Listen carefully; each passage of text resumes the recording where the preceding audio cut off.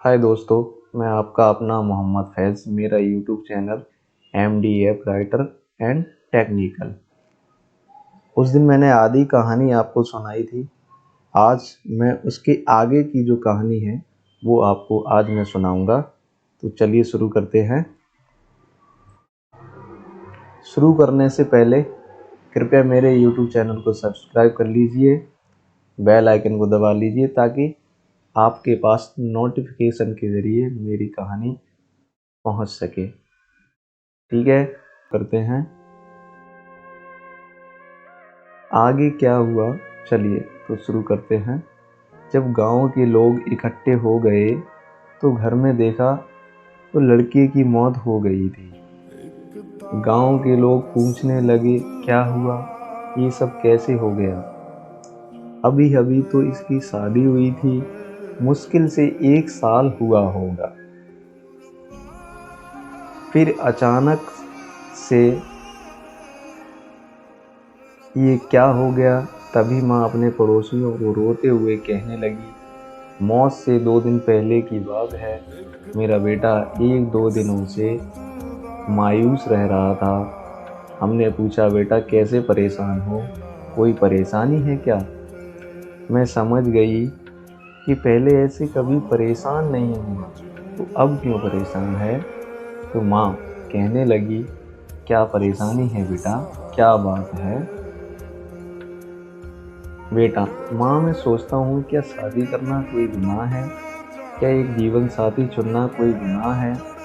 लोग अपनी पसंद से शादी करते हैं, मैंने तो अपने माता पिता की पसंद से शादी की है, कोई गुनाह तो नहीं किया मैंने। माँ नहीं बेटा, तूने तो हमारी पसंद को अपनी पसंद बनाया है। बेटा तो माँ मुझे बताओ कि ईश्वर अच्छे लोगों को क्यों इतनी तकलीफ देता है? माँ ने बेटे को समझाया कि देख बेटा, ईश्वर अच्छे लोगों को इसलिए परेशानियाँ देता है क्योंकि वो सहन कर लेते हैं। माँ समझाती हुई बोली, बेटा देख, उसका दिल प्यार से जीता, जोर से तो धागा भी खींचने पर टूट जाता है। बेटा ठीक है माँ। इतना कहकर बेटा अपने कमरे में चला गया और शाम को खाना खाकर सो गया। सुबह हुआ, नाश्ता किया, काम करने के लिए चला गया। उसी दिन की बात है, बहू ने अपनी माँ से फ़ोन किया और मायूस होकर रोने लगी। माँ बेटी क्या बात है, क्या परेशानी है बेटी? अपने स्वर के बारे में बताने लगी। माँ मुझ पे शक करते हैं। माँ तुमने देखा था एक दिन अपने घर हम लोग आए थे तो कैसा ड्रामा किया था, छत से कूदने लगे थे, ऐसे ही यहाँ नाराज़ हो जाते। अब तो मुझ पर शक भी करने लगे हैं कि मैं किसी से फ़ोन पर बात करती हूँ, जबकि माँ ऐसा कुछ भी नहीं है। बताओ अब मैं क्या करूँ? माँ समझाती है और कहती है, बेटी देख, उसको शक करने दे, तुम अपनी नीयत को ठीक रखना और हमारा नाम रोशन करना। ससुराल में वो अपने आप समझ जाएंगे। ठीक है बेटी, और आप लोग तो जानते ही हो, माँ तो माँ ही होती है। समझाकर कहने लगी, बेटी चिंता मत करना, सब ठीक हो जाएगा। और तूने खाना खा लिया ना बेटी? बेटी हाँ माँ ठीक है। माँ अब मैं फ़ोन रखती हूँ। सलाम पेश किया और फ़ोन रख दिया। दूसरे दिन ये सब हो गया। उसके बाद पड़ोसियों ने लड़की से पूछा कि बेटी ये सब कैसे हुआ, ये फांसी क्यों लगाई बेटे? लड़की सब कुछ सच बताने लगी, जो कुछ उसके साथ ससुराल में हुआ था। लेकिन जिनका बेटा जवान हो, बेटा हमेशा के लिए सो गया हो, वो किसी सच पर यकीन नहीं करते। लड़की ने सच बताने के बाद भी किसी ने उस पर यकीन नहीं किया और घरवाले कहने लगे ये बदचलन है। कोई गाली देने लगा, कहने लगी इसी ने मारा है, फांसी देकर हमारे बेटे को। दोस्तों मैं अब आप लोगों से पूछता हूँ कि कोई लड़की इतनी ताकतवर होती है क्या, जो अपने पति को फांसी देकर जान से मार सके। उसके बाद लड़की के नाम FIR कर दिया घर वालों ने। पुलिस आई, लड़की से पूछताछ करने लगी। लड़की ने रोते हुए वही बताया जो सच था। घर वाले कहने लगे, साहब ये झूठ बोल रही है।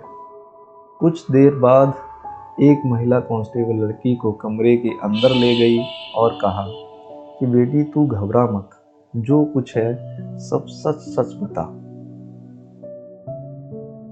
लड़की रोते बिलखते हुए कहा, मैम साहब ये ससुराल वाले मुझे बदचलन समझते हैं, मगर मैं सहन करती रही, ये सोचकर कि मेरे पति को मुझ पर यकीन तो है। मुझे दुनिया से क्या करना, ये लोग ताने देते हैं। चुप रहती थी मैं साहब। तकलीफ जब हुई जब मेरे पति भी मुझ पर शक करने लगे। मरने से एक दिन पहले मैंने शाम को पूछा कि आप मुझ पर शक करते हो? उन्होंने कोई जवाब नहीं दिया और जाकर सो गए।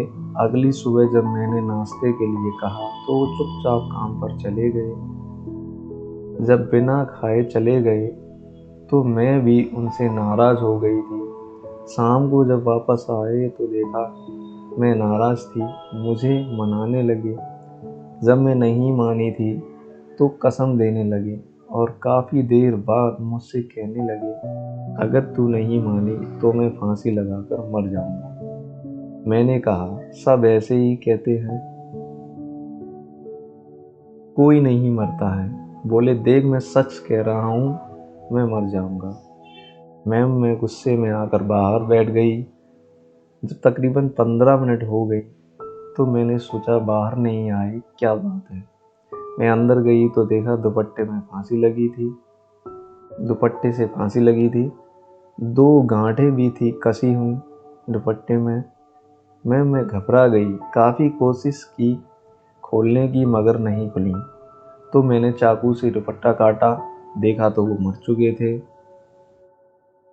और मैं डर की वजह से दुपट्टा और चाकू बॉक्स में रख दिया और ताला लगा दिया ताकि मेरा नाम ना आ जाए। और वो रोने लगी, मगर बाद में वही हुआ जो लोग मुझे ही दोषी मानने लगे। लेडीज कांस्टेबल ने बयान लिया और बाहर आ गई और बयान लेने के बाद घर वालों से कहा, अब जो कुछ करेगी पुलिस करेगी, लड़की को कोई परेशान नहीं करेगा, ठीक है। इतना कहकर पुलिस चली गई। कुछ दिनों बाद केस रफा दफा हो गया।